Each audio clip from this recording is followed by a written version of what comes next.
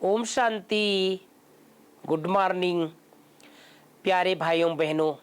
आज 28 जुलाई 2023 आज विशेष हम सब की प्यारी दीदी मनमोहनी दीदी का स्मृति दिवस है।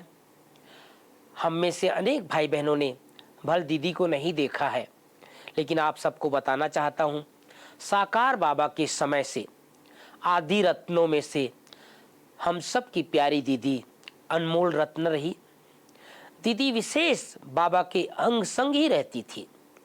जब से यज्ञ की स्थापना हुई, दीदी यज्ञ की इंटरनली आंतरिक कारोबार, अंदर की कारोबार देखा करती थी। बाबा के सदैव राइट हैंड बन करके रही। और आप सबको ये जानकारी तो है, जब ब्रह्मा बाबा अव्यक्त हुए, अव्यक्त होने से पहले भी बाबा ने दीदी और दादी को आगे बढ़ाया था। बाबा दूरंदेशी थे, बाबा को पता था यज्ञ को इन दोनों के कारोबार संभालना है। तो दीदी सदैव मधुबन में रहती थी और दादी सेवा में यात्रा पर रहती थी। लेकिन जिस समय बाबा साकार में थे, लास्ट के दिनों में दीदी यात्रा पर गई हुई थी और संयोग से दादी मधुबन में थी। खैर वो लंबी कहानी है। दीदी का बहुत बड़ा रोल यज्ञ में रहा। दीदी के साथ जिन्होंने समय बिताया है, जिन्होंने दीदी को देखा है, वो सभी सुनाते हैं कि दीदी की बुद्धि की लाइन बहुत क्लियर रहती थी। और ये जो बाबा की मुरलियों में हम जो आज मीठे बच्चे, वरदान, स्लोगन, क्वेश्चन आंसर, ये सब जो सुनते हैं, ये दीदी की देन है।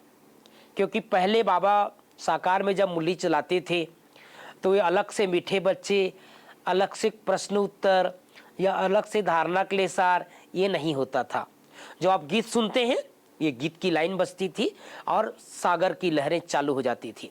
लेकिन मुरली को थोड़ा और इंटरेस्टिंग बनाने के लिए, मुरली को थोड़ा रुचिपूर्वक बनाने के लिए ये हम सब की प्यारी दीदी ने ही शुरुआत किया था।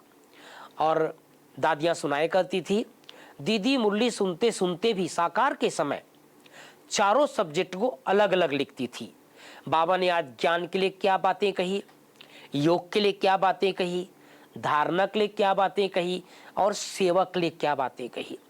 तो पूरा जीवन स्टूडेंट बन करके रही, यज्ञ की स्थापना में महान कार्य किया। लास्ट के दिनों की एक बात आप सबको सुना देना चाहता हूँ। दीदी का ऑपरेशन हुआ था। ऑपरेशन होने के बाद दीदी कुछ समय कोमा में चली गई थी। और उसके बाद कुछ लोगों का ये संकल्प चलता था कि ऑपरेशन डॉक्टर साहब ने अच्छा नहीं किया या गलत कर दिया। जिस डॉक्टर ने ऑपरेशन किया था उस डॉक्टर का नाम भगवती था, डॉक्टर भगवती। और काफ़ी दिन तक दीदी मधुबन में कोमा स्टेज पर रही। बाबा का संदेश आया जब अव्यक्त हो गई दीदी, तो बाबा ने सब बातों को क्लियर किया। बाबा ने पहली बात तो ये कहा कि बच्चों को लगता था कि दीदी जो है कोमा में है, पता नहीं कौन से जन्मों का हिसाब किताब पूरा कर रही है। लेकिन बाबा ने कहा कि दीदी को वतन में रहने की बहुत इच्छा थी। तो बाबा काफ़ी दिन तक दीदी को वतन का अनुभव कराया। और दूसरा, बाबा ने एक सुंदर बात कही जो हमेशा याद रखने लायक बात है, इसमें न भगवान का दोष है न भगवती का दोष है।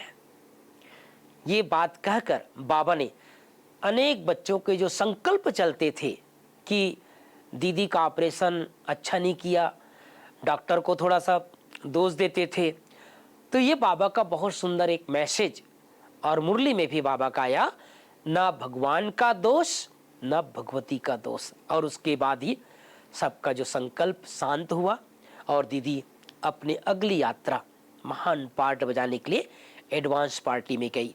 वैसे तो दीदी की अनेक बातें हैं जो हम नित्य प्रति सुनते रहते हैं। आज मुरली सुनाने से पहले मुझे एक संकल्प आया कि कुछ बेसिक जानकारी आप सबको दे दूं।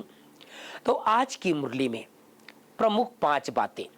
गीत बजा है महफिल में जल उठी समा। पहला, मीठे बच्चे पावन बनने के लिए अपने स्वधर्म में रहो और अशरीरी बन एक बाप को याद करो। दूसरा, नए स्टूडेंट पर ज्ञान का रंग कैसे चढ़ता है? बाबा ने कहा, पहले 7 रोज की भट्ठी में बिठाओ। कायदा है, जब भी कोई आता है तो उनसे फॉर्म भराओ। तीसरी बात, विक्रमाजीत बनने के लिए सारी पुरानी दुनिया से बेहद का वैराग्य कर, इसे भूल एक बाप को याद करो। चौथा वरदान, सदा साक्षी स्थिति में स्थित रह, निर्लेप अवस्था का अनुभव करने वाले सहज योगी भव। पांचवा स्लोगन, शुभ भावना और शुभ कामना द्वारा सूक्ष्म सेवा करने वाले ही महान आत्मा है। एक बार पुनः 5 बातें। पहली बात, बाबा ने कहा, पावन बनने के लिए अपने स्वधर्म में रहो और अशरीरी बन एक बाप को याद करो। दूसरा, नए स्टूडेंट पर ज्ञान का रंग कैसे चढ़ेगा?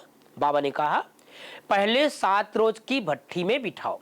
कायदा है, जब कोई भी आता है तो उनसे फॉर्म भराओ। तीसरा, विक्रमाजीत बनने के लिए सारी पुरानी दुनिया से बेहद का वैराग्य कर, इसे भूल एक बाप को याद करो। चौथा वरदान, सदा साक्षी स्थिति में स्थित रह, निर्लेप अवस्था का अनुभव करने वाले सहज योगी भव।